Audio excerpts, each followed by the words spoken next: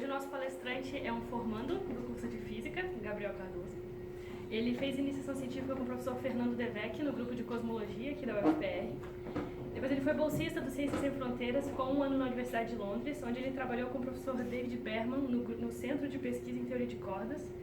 E quando ele retornou, ele trabalhou sob orientação do professor Alexei Kotov e o Lohan Esperança, no grupo de Geometria, Topologia e Física do Departamento de Matemática.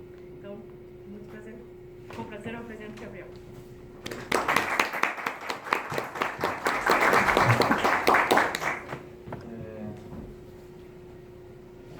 Eu perdi aquele pedaço de... Tá, boa tarde. Obrigado por ter vindo. Hoje eu vou falar sobre geometria simplética. E antes de tudo, eu gostaria de fazer uma pequena motivação de por que geometria é interessante para um físico. Que é um negócio que parece que é só uma curiosidade, assim. A geometria tem a ver com relatividade geral, mas não só tem a ver como é essencial. Eu gostaria só de... E assim, é uma coisa bem geral da física contemporânea, o que é chamado de geometrização da física. Então, esse quadro, ele não tem nada a ver com o resto da matéria, do que eu vou passar hoje. É só a motivação mesmo, porque relatividade geral é um exemplo muito famoso, assim, de onde aparece geometria. Então a pergunta é a seguinte: a relatividade geral é bonita? Porque vocês devem ter visto em muitos lugares físicos dizendo que é muito bonita, né? Mas será que é mesmo? Vamos ver. Na relatividade geral, o campo gravitacional pode ser visto como uma função do espaço-tempo, que em cada ponto é uma matriz 4x4. Então, cada entrada da matriz é uma função do espaço-tempo, ou seja, para achar o campo gravitacional, você tem que achar 16 funções de 4 variáveis cada um. E como que você faz isso? Resolvendo as equações de Einstein, que são essas aqui. Isso aqui não parece um grande problema, mas na verdade é um grande problema. Aqui, ó, T mini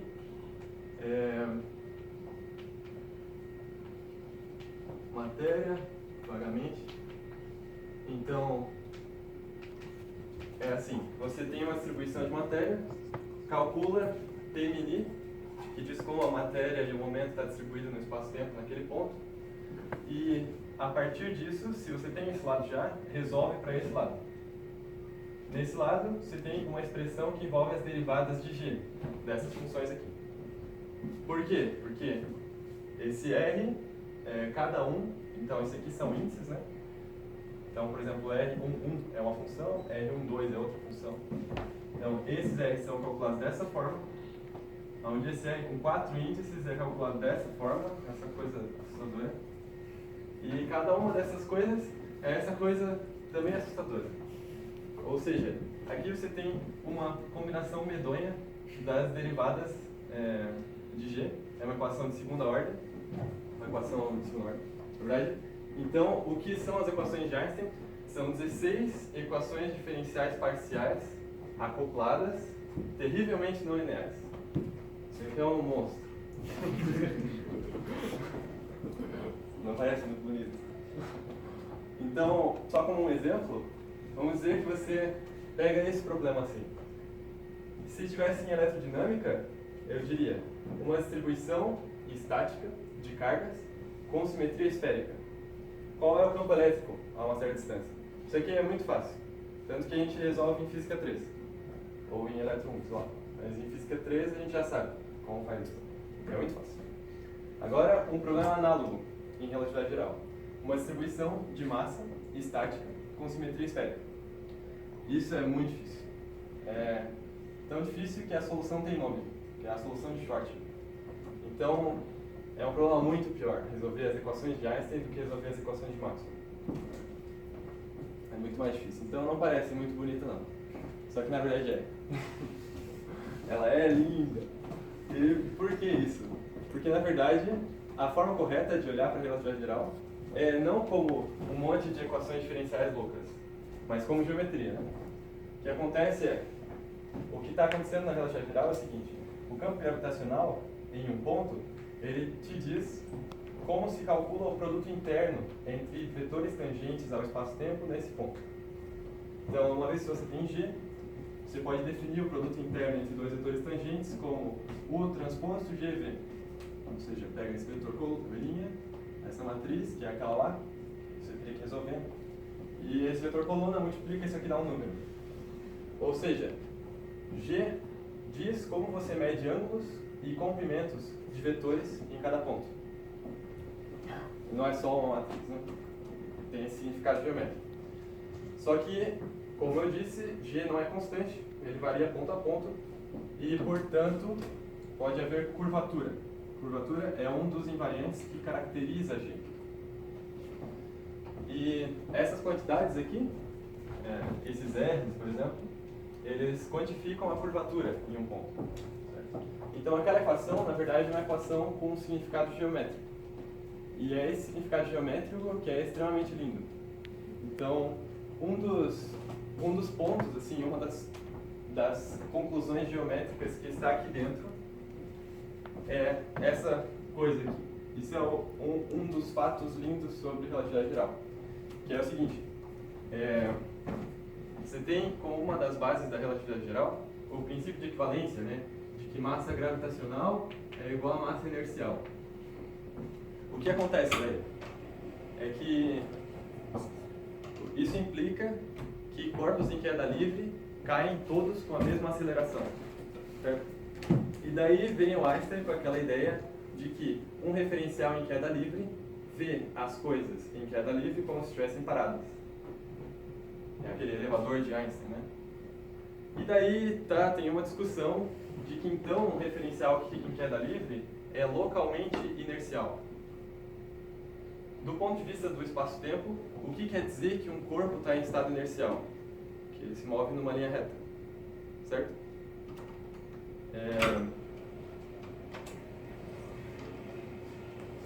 Isso que eu chegaria a falar, eu sei. Que ele se move em uma linha reta. Ou seja, coisas em queda livre, quando vistas do espaço-tempo, elas estão localmente se movendo em linha reta. E isso é uma coisa geométrica, porque o que você está dizendo é que qualquer coisa em queda livre está tentando ir numa linha reta, só que ela vai na coisa mais próxima de uma linha reta que tem um lugar que é curvo. Isso é uma geodésica. Ou seja, como o lugar é curvo, você não tem uma linha reta, mas você tem as geodésicas que são localmente retas. Então você tem uma conexão entre a parte física da queda livre, do princípio de equivalência, e o movimento geodésico, o fluxo geodésico. E daí a questão é, se eu tenho a matéria, como a matéria está andando, eu tenho as geodésicas. Qual é a geometria que está embaixo? E essas coisas que estão lá dentro, e são essas coisas que são extremamente lindas. Então ela é bonita, só que você precisa de geometria para ver o que há de interessante. Então agora, esqueçam a relatividade geral e nós vamos falar hoje sobre, isso é só uma motivação de por que um físico poderia se interessar por geometria. Hoje nós vamos então tentar estudar qual é a geometria da mecânica clássica. E essa é a geometria simplética. Historicamente, isso começou com a ótica geométrica. E é por isso que eu vou começar pela ótica geométrica. Agora... era para apertar aqui.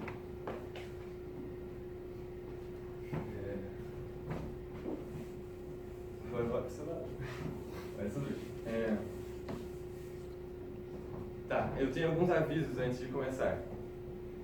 O mais central é que eu não vou fazer as coisas da forma convencional, porque normalmente, para falar de geometria simplética, como é geometria diferencial, você usa cálculo diferencial em variedades diferenciáveis.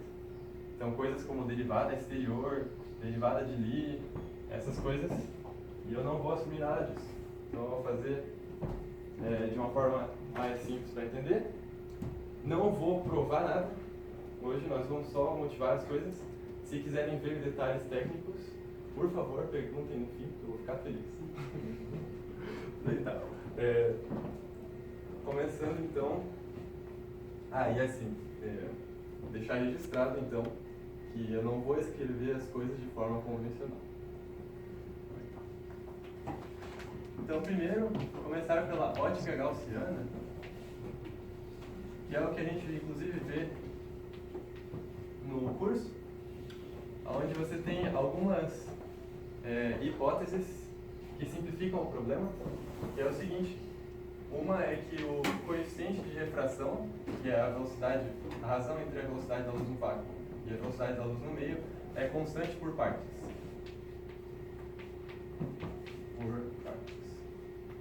Isso quer dizer que ele ou é constante ou ele pula. Só ele não varia, assim, não é uma função complicada. Ele só é constante no pedaço, daí em outro pedaço ele pode ser diferente, mas é constante também. Eu vou ficar na aproximação linear. Então, muitas vezes eu vou expandir funções das variáveis em séries e jogar todos os termos mais do que de primeira ordem fora. Não vou considerar espelhos.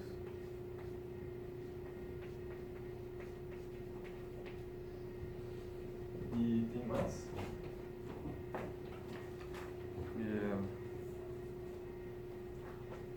Simetria em torno do eixo óptico. Simetria axial. Eixo óptico.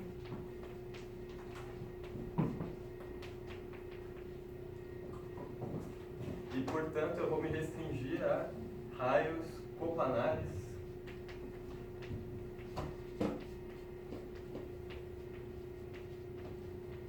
com o eixo óptico.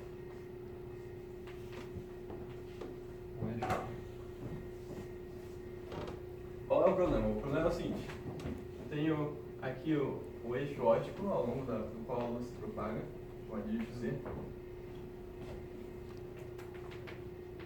Vou colocar dois planos de diferença, Z1 e Z2. E o seguinte: chega um raio de luz aqui e acontece alguma coisa e depois ele sai e ele é um raio diferente. Essa coisa pode ser, por exemplo, uma associação de lentes. Isso eu vou chamar de um sistema óptico gaussiano. E o problema é o seguinte: sabendo o raio que entrou, como descobrir o raio que saiu? Então, primeiro é necessário, inclusive interessante, inclusive necessário, parametrizar os raios, né? Nós vamos usar duas coordenadas. Uma é o seguinte: a distância até o eixo Z, que eu vou chamar de Q, aonde o raio interceptou esse plano, certo?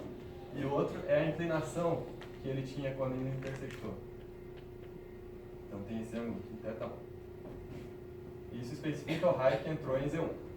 E a mesma coisa para o raio saindo em Z2. Certo? 2 e 2. Então o problema é o seguinte: eu tenho Q1 e P1. Eu vou definir P1 como o índice de refração aqui em Z1 vezes o ângulo θ1. Essas coordenadas especificam o raio. E o sistema óptico gaussiano leva isso a algum outro raio de coordenadas Q2 e Q2. Certo? Agora, vamos chamar isso aqui de função f, por exemplo. A questão é: se você escreve Q2 como a função de Q1 e P1, porque eu estou na aproximação linear, eu vou escrever isso com alguma série em função, uma série de potências em Q1 e P1. Então vai ter um termo constante e depois vai ter um termo linear, certo? Os outros termos eu vou jogar fora. E o termo constante vai ser zero, porque um raio que passa paralelo ao eixo óptico não desvia. Então isso aqui vai ser escrito com alguma matriz, que é um sistema de equações lineares, vezes vezes esse vetor. Daí, o primeiro resultado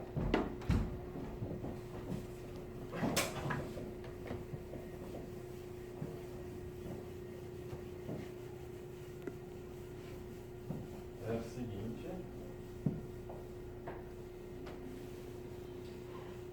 O primeiro resultado eu vou chamar essas matrizes, o conjunto de todas essas matrizes óticas de sistemas óticos gaussianos. Isso é o mesmo que as matrizes de um certo tipo. São matrizes simpléticas 2×2. Isso é a definição disso, é o seguinte. Matrizes 2×2 com entradas reais, tais que a matriz transposta vezes J2 vezes a matriz é igual a J2, onde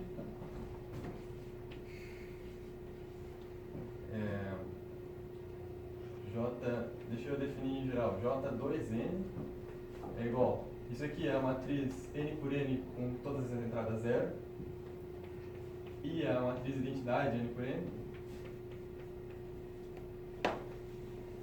Então essa é uma matriz 2N por 2N. J2 então é 2×2 e é 0, 1, menos 1, 0. Certo? Ou seja, esse é o conjunto de todas as matrizes tais que, multiplicando a transposta dela por essa e por ela de novo, dá essa. Certo? Essas são chamadas de matrizes simpléticas. A prova disso aqui é bônus. Se alguém quiser ver, daí pergunta no fim. Tá? Eu tirei por causa do tempo e tem coisas mais interessantes. Tá? Mas é simples. Não é difícil. Porque, por exemplo, se não acontece refração aqui, se n é constante, esse raio só se propaga, né?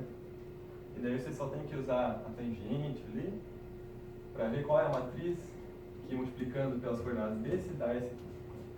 Depois faz para uma refração, e daí qualquer coisa é um produto de propagações e refrações, como lentes, são duas refrações, né? Lentes finas. E daí depois você mostra que todas essas aqui são um produto de propagações e refrações. Eu vou mostrar. Isso aqui pode ser uma proposição. Agora, o interessante é a consequência geométrica disso.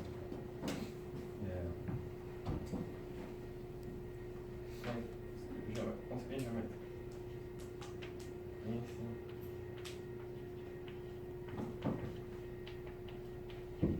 É o seguinte. Eu vou pegar aqui como PIQ. Isso é o espaço de raio. Por quê? Porque um ponto aqui especifica um valor de P e um valor de Q, e, portanto, um ponto onde ele corta o eixo Z e uma inclinação. Portanto, é um raio, certo? Esse é o espaço de raios. E a questão é, se eu pego dois pontos desses, vou chamar esses vetores de U e V, então você tem a área do paralelogramo, que tem esses lados, né? Essa área aqui. Chamar isso de ômega de U, V. Daí, vamos dizer que isso passa por um sistema óptico. Aqui, ó. Vou pegar a imagem de U por um certo sistema óptico. O de U. Isso aqui é passar pelo sistema óptico. Rho. E Rho de V. E daí eu posso calcular a área desse paralelogramo de novo.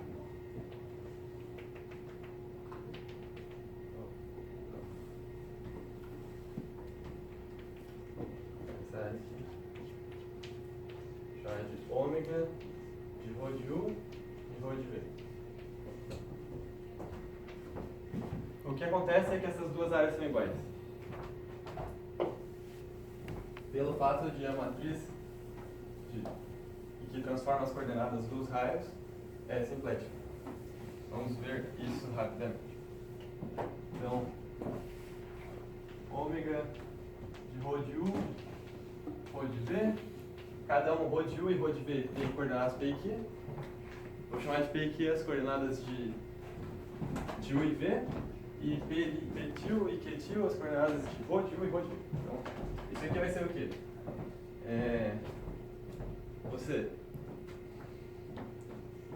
Você lembra como calcular a área definida por dois vetores? Módulo do externo. Isso. Então, nesse caso, a gente está em coordenadas cartesianas, pode fazer aquele negócio do determinante. Né? Então, isso aqui vai ser P2 til, Q1 til, menos P1 til, Q2 til. Ou menos isso, tanto faz. Mas aí vai ter um menos em todo lugar. Tá, olha isso aqui. Só que o que é isso aqui? Isso aqui é P2 til, P2 til, vezes 0 menos 1, 0. Q1, P1 til. Entenderam? Esses P til e Q til são as coordenadas P e Q dos vetores rho de V e rho de U. Certo? Deixa eu ver aqui. É menos isso. Menos isso aqui. Ok? Só que daí você usa aqui, ou seja, isso aqui é menos rho de V transposto vezes aquela matriz J2 vezes rho de U. Só que rho de V é dado por multiplicação pela matriz M, que corresponde àquele sistema ótico.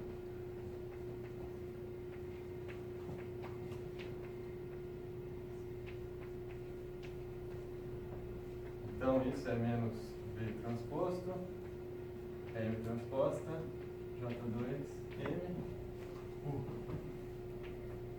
Então, isso aqui, porque a matriz é simplética, isso aqui é J2 de novo, por aquela definição lá, certo?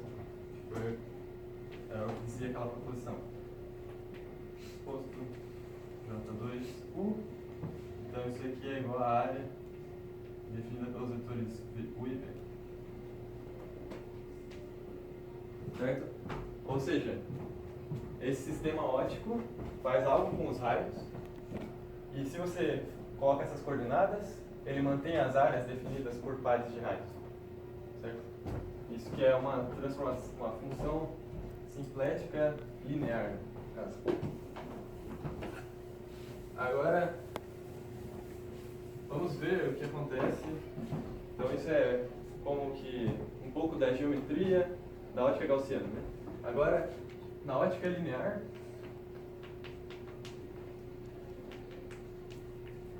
você abandona a hipótese de que tem simetria em torno do eixo óptico. Então, você precisa, na verdade, para especificar um raio, você não pode assumir que estão todos no mesmo plano. Então, para especificar um raio, precisa dar duas coordenadas que localizam onde ele intersectou o plano no plano, né? E dois ângulos, que vão dizer com que inclinação ele tem em relação ao plano, esse raio. Certo?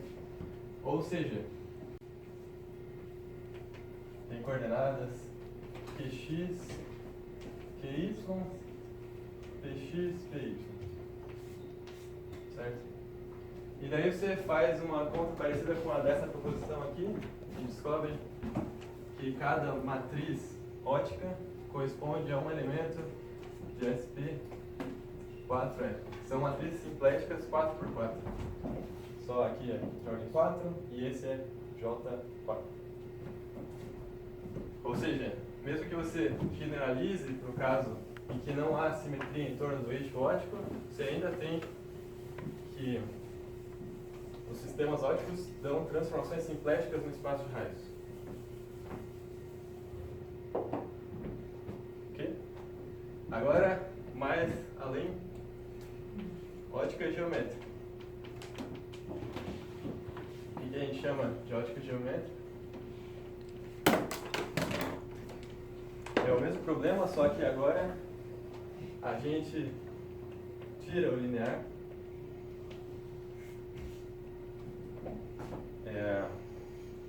Saímos da aproximação linear e também considerando que n varia suavemente.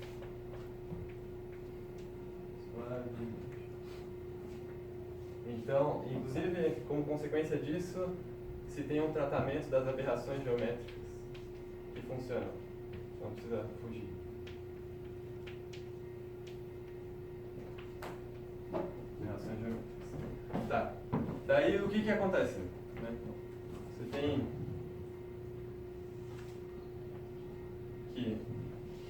um espaço de raio, de novo, e um ponto especifica um raio. E daí, conforme,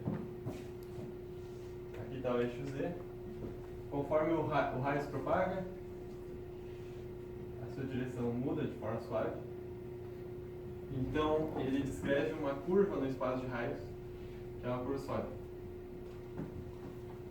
Então, vou chamar isso de D, esse aqui é o D de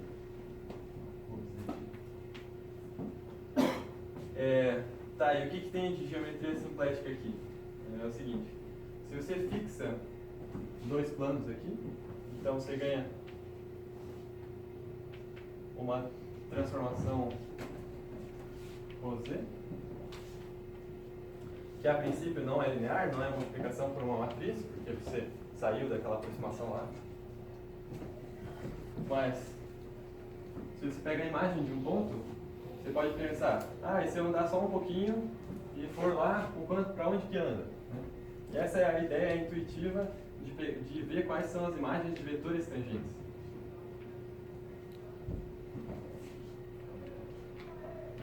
E se você faz a conta, você tem que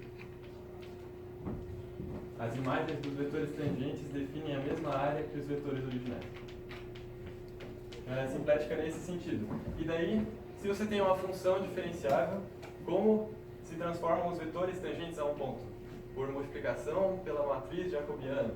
Então, o que você conclui na ótica geométrica daí é que a matriz jacobiana, chamando essas coordenadas de pelinha em pelinha, por exemplo,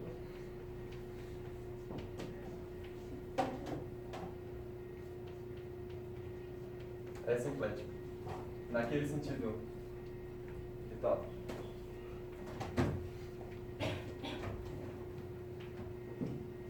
Então, você tem que, em geral, essas transformações no espaço de raios do sistema óptico é infinitesimalmente representada por uma matriz simplética. Okay? Agora, a pergunta é a seguinte: como descobrir qual é o fluxo no espaço de raios? Como achar esse fluxo aqui? E daí Hamilton inventou o método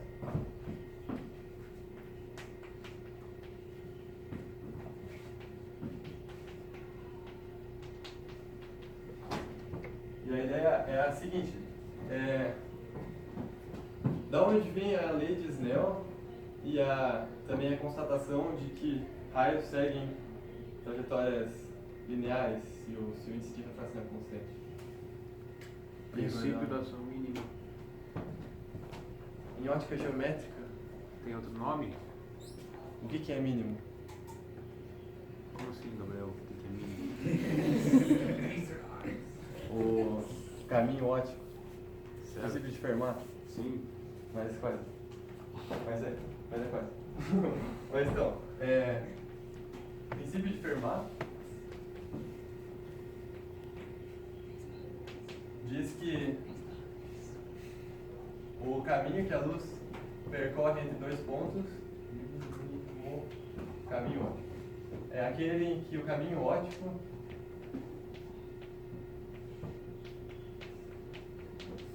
é mínimo, ou é um extremo, pelo menos. Ou seja, eu chamar o caminho óptico, o comprimento de caminho óptico associado ao caminho gama, de integral Z1 até Z2, que são aqueles pontos do eixo óptico, de L dz, onde L é igual a o índice de refração vezes a raiz de 1 mais x ponto quadrado mais um ponto ao quadrado. Por quê?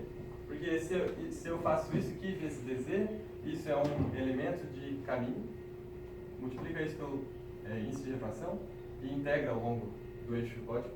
Isso vai dar o comprimento de caminho ótico total.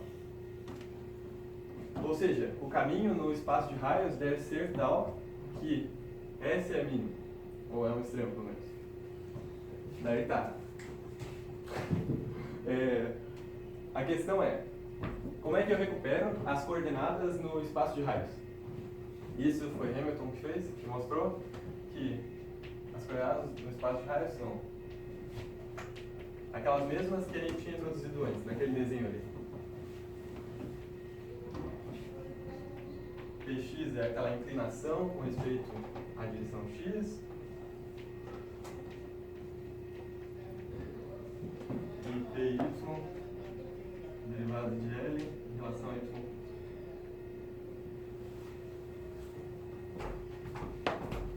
Então, isso especifica as posições, a posição do raio em questão no espaço de raios. E daí, a primeira constatação é a seguinte: se você define dessa forma, daí o espaço de raios, que admite coordenadas p e q, ele tem uma estrutura simplética, chamada de ômega. Onde ômega é o quê? É uma forma de calcular a área definida por dois vetores tangentes em cada ponto. Ele vem com isso, no espaço de raios.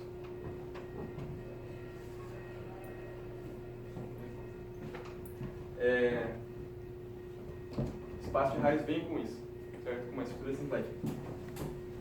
Daí, o que acontece é que existe um conceito geométrico que é usado, que é o de gradiente simplético.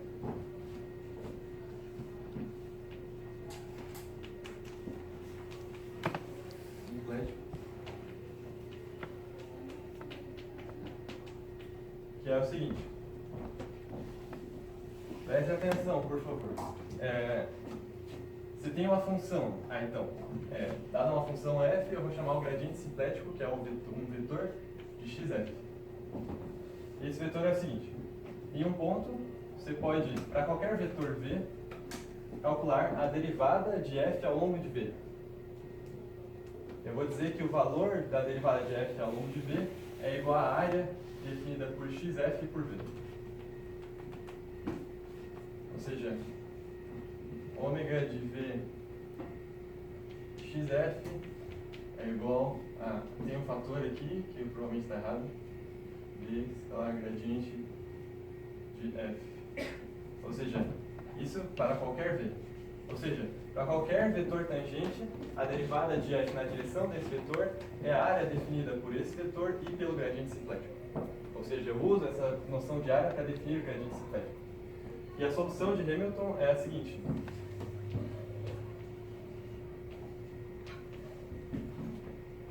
Seguir o gradiente simplético de uma função característica h, função de Hamilton, onde h é igual a px ponto mais py ponto menos l. Ou seja, se você pega e calcula essa função a partir da função que dá o comprimento infinitesimal de caminho ótico, daí você pode usar o fato de que tem uma forma de medir áreas no espaço de raios e daí calcular o gradiente simplético dessa função em cada ponto. E Hamilton provou que se você segue o gradiente simplético,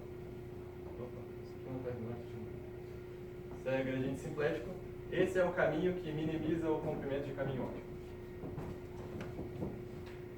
Agora, a surpresa é que mecânica é a mesma coisa. Como pode? Pode.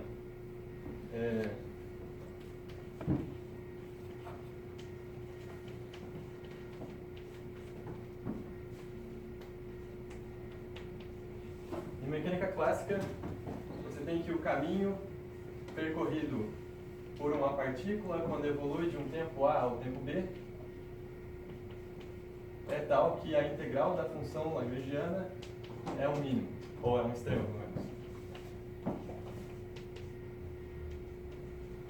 Ou seja, você substitui o comprimento de caminho óptico pela integral da função lagrangiana, aonde essa função lagrangiana, esse L, é a diferença entre a energia cinética e a energia potencial da partícula.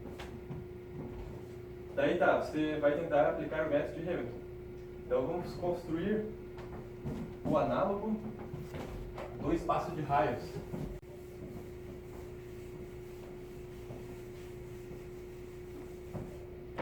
Isso vai ser alguma coisa com coordenadas P e Q, aonde PI é a derivada de L em relação a QI ponto.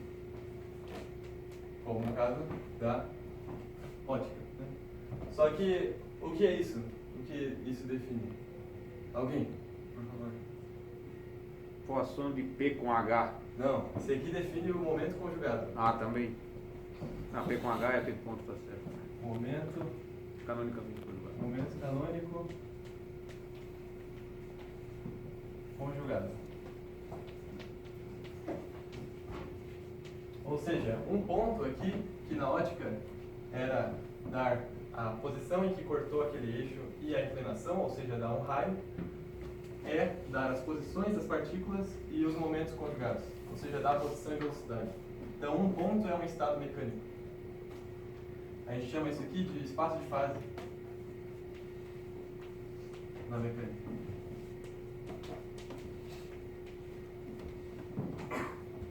Tá.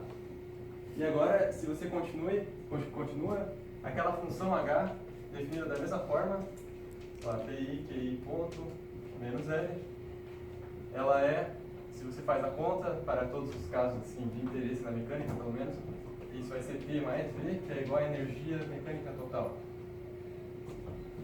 Energia mecânica total. Ou seja, a solução de Hamilton, nesse caso, diz o caminho que minimização, ou seja, o caminho que uma partícula clássica faz, é seguir o gradiente simplético da energia.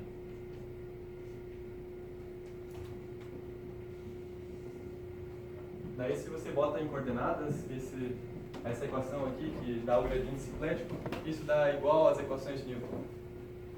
Se eu tivesse 3 horas, eu mostraria. Mas é a mesma coisa.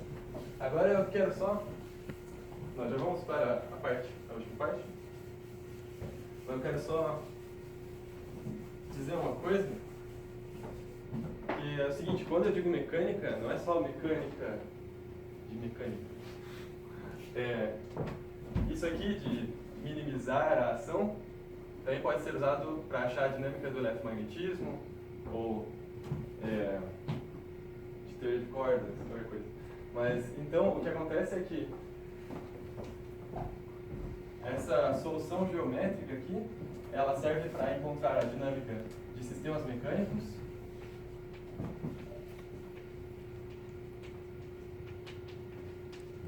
de campos clássicos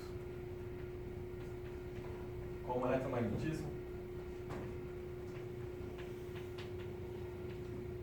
de teoria de cordas, meio de divulgação científica, então, teoria de cordas também. Inclusive, no caso de teoria de cordas, a geometria é bem zica. Mas tem coisas então, essa solução geométrica é bem em geral, certo? Quando eu digo mecânica, é qualquer coisa que siga esse princípio. Agora, tá. E agora vamos fazer um dicionário entre quem fez mecânica clássica, ou vai fazer, e entre a mecânica hamiltoniana e a geometria simplética. Então, em mecânica hamiltoniana tem o espaço de fase.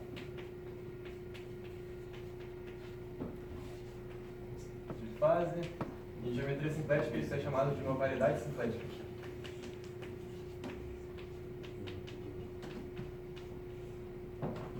É algum lugar, mecanicamente, com uma noção de calcular essas áreas. Aqui, a equação de Hamilton, por exemplo, Hamilton, que é equivalente às equações do Newton lá, Em geometria simplética, chamada de gradiente simplético. Simplético XF. Aqui, transformação canônica de coordenadas. Que a gente fala muito em mecânica clássica, vocês viram o ponto aí.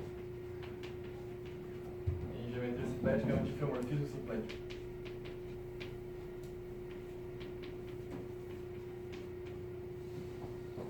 Tá? Colchete de Poisson, por exemplo, entre duas funções, que a gente também usa bastante em mecânica clássica, ele é igual à derivada de G na direção do gradiente simplético de F. Como é que faz assim? Certo? Inclusive, isso aqui é legal porque o que a gente viu? Qualquer função, você pode calcular o gradiente simplético e daí pode seguir o gradiente simplético. Isso vai ser um fluxo de transformações simpléticas. Então, isso, o colchete de Poisson entre F e G é derivar G ao longo do fluxo gerado por F. Ao longo do fluxo de simetria gerado por F. Eu tinha colocado mais uma coisa.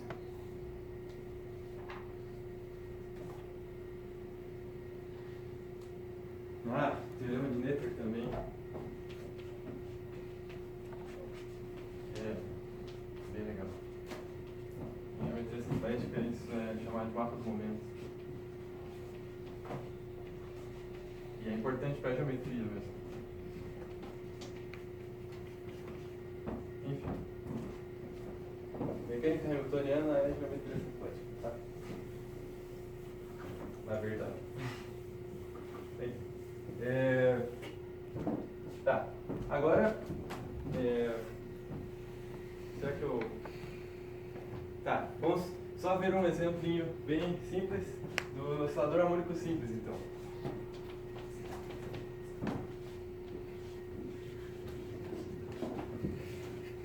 Tem uma massa M ligada por uma mola de constante elástica K a uma parede. E a gente vai puxar e daí põe um... E qual a energia disso? A energia é a energia cinética, que é mv ao quadrado sobre 2, mais a potencial, que é K, Q ao quadrado sobre 2. Só que mv é um momento linear, então isso é P ao quadrado sobre 2n, mais K, Q ao quadrado sobre 2. E daí eu tenho preguiça, então eu vou dizer que isso é meio P ao quadrado mais Q ao quadrado. Vou reescrever as unidades para me livrar de M e de K, que são constantes. Então é meio P ao quadrado mais Q ao quadrado. P ao quadrado mais Q ao quadrado. Tá. Espaço de fase disso, então. Tem P e Q. E eu quero ver qual a evolução do sistema geometricamente. Será que conseguimos? Ó, a energia ela é proporcional à distância até a origem. Ao quadrado da distância até a origem. Então, se você pega um círculo aqui, todos os pontos estão à mesma distância da origem, então a energia nesses pontos é a mesma. Vamos ver qual que é o gradiente normal. Vou chamar de gradiente normal para não confundir. Da energia. Ele aponta na direção, lembra do Dweck? O gradiente aponta na direção em que a função aumenta maximamente. Ela aumenta na direção em que R aumenta. Em que o raio aumenta. E mais ainda, o gradiente depende só do raio. Então, ele tem o mesmo módulo em todos esses pontos do círculo. Agora vamos tentar descobrir qual é o gradiente simplético da energia. O que eu disse? O seguinte, você pega qualquer vetor, lembra da definição? Qualquer vetor V, a derivada da função ao longo desse vetor é igual à área definida por ele e pelo gradiente simplético. Vamos ver. Qual é a derivada da energia ao longo de V? É zero, né? Ela é constante ao longo desse. Então, a área definida por esse vetor e pelo gradiente simplético é zero. Então, o gradiente simplético é... Alguma coisa? A área definida pelo gradiente simplético e por V é zero. O que eu posso dizer do gradiente simplético? Zero? Não. ele é paralelo a V, que daí a área é definida pelos dois é zero.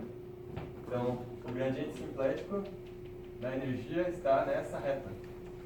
Agora eu vou testar com outro V, porque era para qualquer V, lembra? Vou pegar um V aqui. A derivada na direção de V é igual ao próprio gradiente da energia. E isso é igual à área definida por ele e pelo gradiente simplético que está aqui. Só que os dois são ortogonais, então é o produto dos módulos. E disso você calcula o módulo. Pronto. Faz em casa os detalhes, daí você consegue calcular o gradiente simplético da energia. E ver que ele é sempre tangente a essa circunferência, que ele aponta para lá, e que ele tem sempre o mesmo módulo. O que isso implica? Isso implica que siga o gradiente simplético da energia, fazer isso aqui, com uma frequência angular constante. Ou seja, a evolução do sistema é tal que P igual a alfa, cosseno de ômega t mais delta, e Q é igual a alfa, seno de ômega t mais delta, e daí dependendo de onde você começou, você fixa as constantes de integração. E daí, você aprendeu então o que é essa distensão, né? Então, você descobriu que a bolinha faz assim, como um seno, ou um cosseno. Entendeu? Então, realmente, a geometria fixa a dinâmica, e você pode também ver que, então, a função energia gera um fluxo de transformações simpléticas que é girar. E daí você pode fazer a conta e ver que ela preserva as áreas de regiões aqui, que é o que diz ser simplético. Tá bom, agora, por último, vamos falar rapidamente de quantização.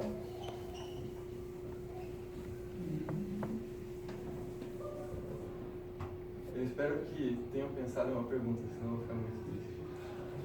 Se não tiver nenhuma pergunta, nenhuma mesmo, aí eu vou ficar tão triste, meu Deus do céu.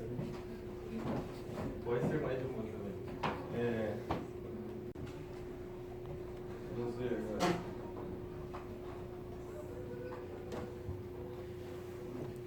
Por último, sobre quantização.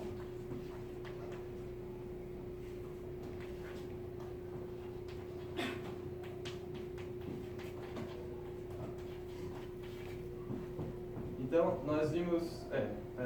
vai dar. Nós vimos o seguinte, em mecânica clássica,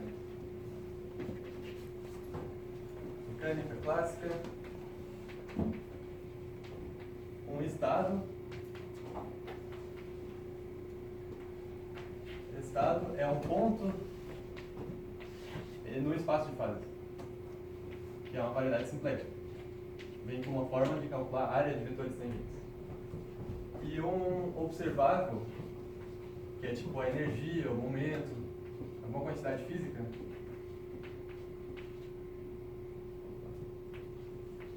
é alguma função real. Para cada estado físico dá um número real. Em mecânica quântica,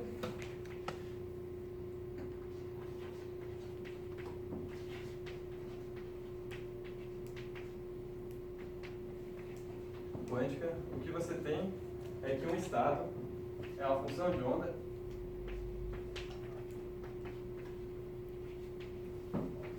é alguma função das coordenadas do tempo com valores nos complexos.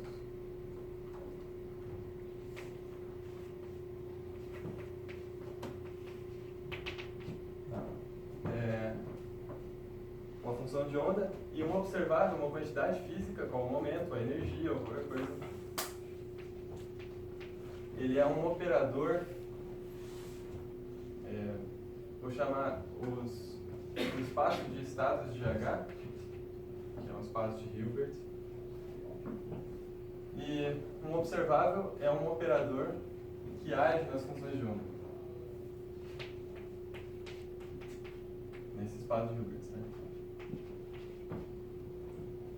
Daí agora, a questão é a seguinte, a estrutura que tem aqui, nesse espaço de Hilbert, não é uma estrutura simplética, é um produto interno.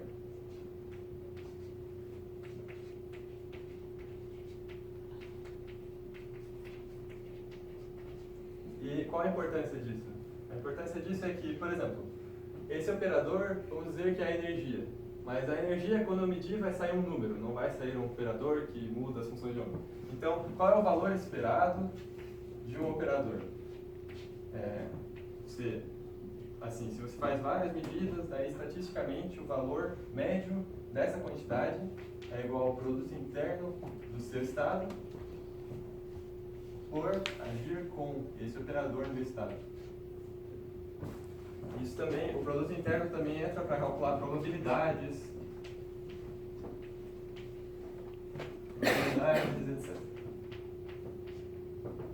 Então, o produto interno é isso daí que a gente usa em mecânica quântica.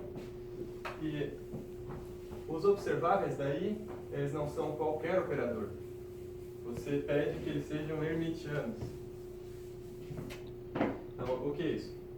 O conjugado hermitiano é o seguinte.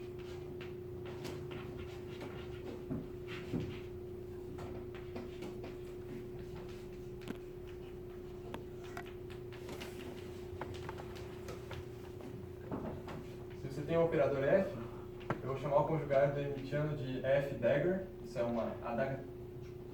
Ele é definido por ele agindo em psi, produto interno com φ é o mesmo que produto interno de psi com ele agindo em φ. E daí você pede que um observável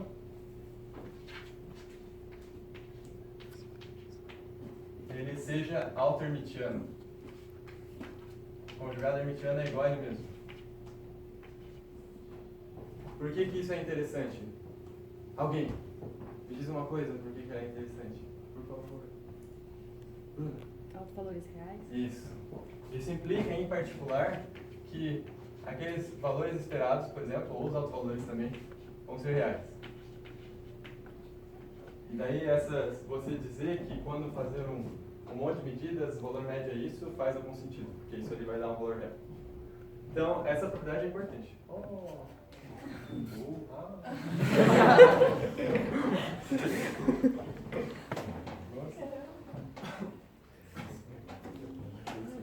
Pode continuar que tem Continue, bateria. Gabriel. Dá pra ver o quadro? Dá pra ver? E você falando também. Você olha curtindo. Ah.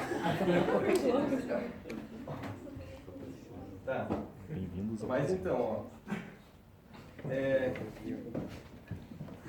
Tá.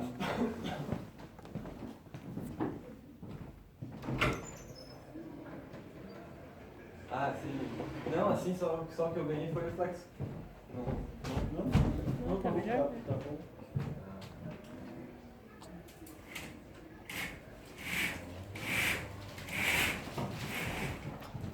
Tá, já tô acabando.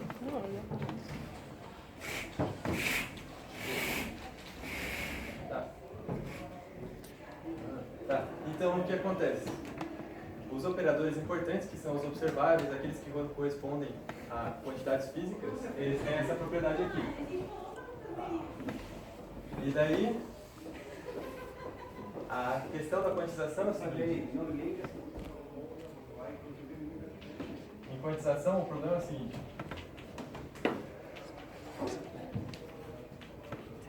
Quantização, você tem o espaço de estados clássicos e daí constrói o espaço das funções de onda. Isso em geral não é tão difícil assim, mas o complicado é, você tem as quantidades físicas que classicamente são funções reais e você quer as quantidades quânticas que são operadores hermitianos. Como fazer essa troca aqui? Esse é o problema. Como que a gente faz em quantização canônica? Que é o que a gente aprende no curso. A gente leva uma função expressa em coordenadas Q e P para o operador F chapéu, que é a mesma expressão polinomial assim, de F, só que você substitui Q por Q chapéu e P por P chapéu, aonde Q chapéu é o operador que multiplica a função de onda por Q e P chapéu deriva em Q.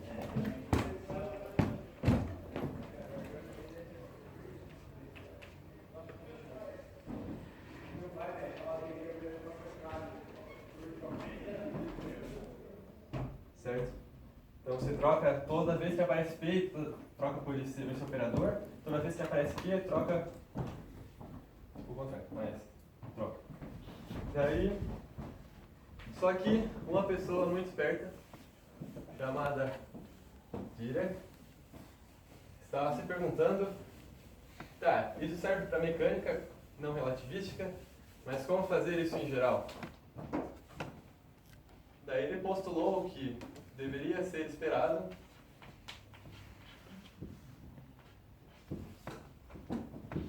que esse mapa, que para uma função, que é uma quantidade física clássica, associa um operador hermitiano, deveria satisfazer ser tal que. Daí, algumas coisas. Isso é linear.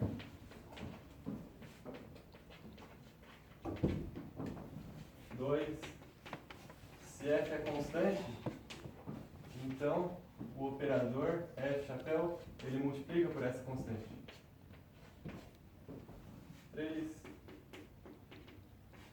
se você pega o comutador de dois operadores associados a funções f e g, e isso é definido como f chapéu, g chapéu, menos f chapéu, f chapéu, isso deveria ser igual a IH cortado vezes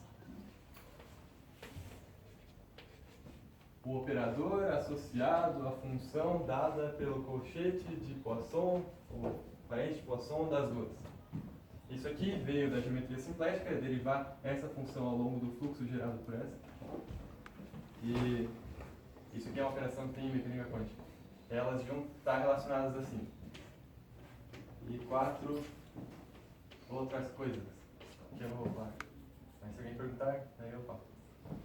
E tá. Daí a questão é como fazer isso, né?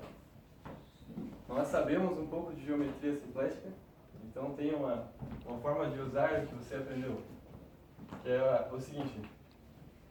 Primeiro note.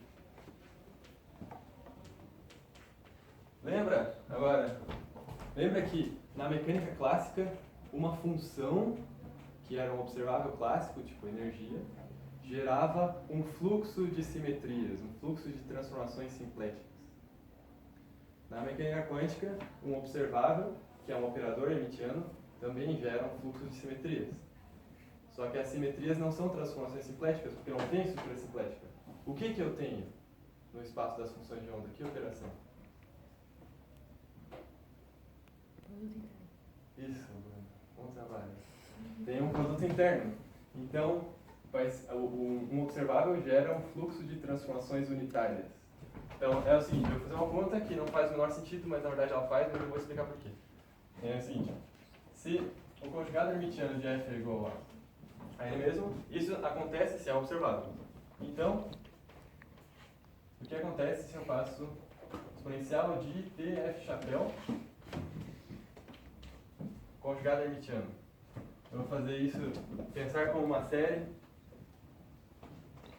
Não vamos discutir convergência dessa série, mas ela é formal, por enquanto. Daí tá, você quer fazer o conjugado hermitiano dessa série, que é a exponencial disso. Isso vai ser igual a... Daí o conjugado hermitiano vem para cá, só que f é hermitiano, então o conjugado de f é f. Só que i, conjugado hermitiano de i, é menos i. Então isso vai dar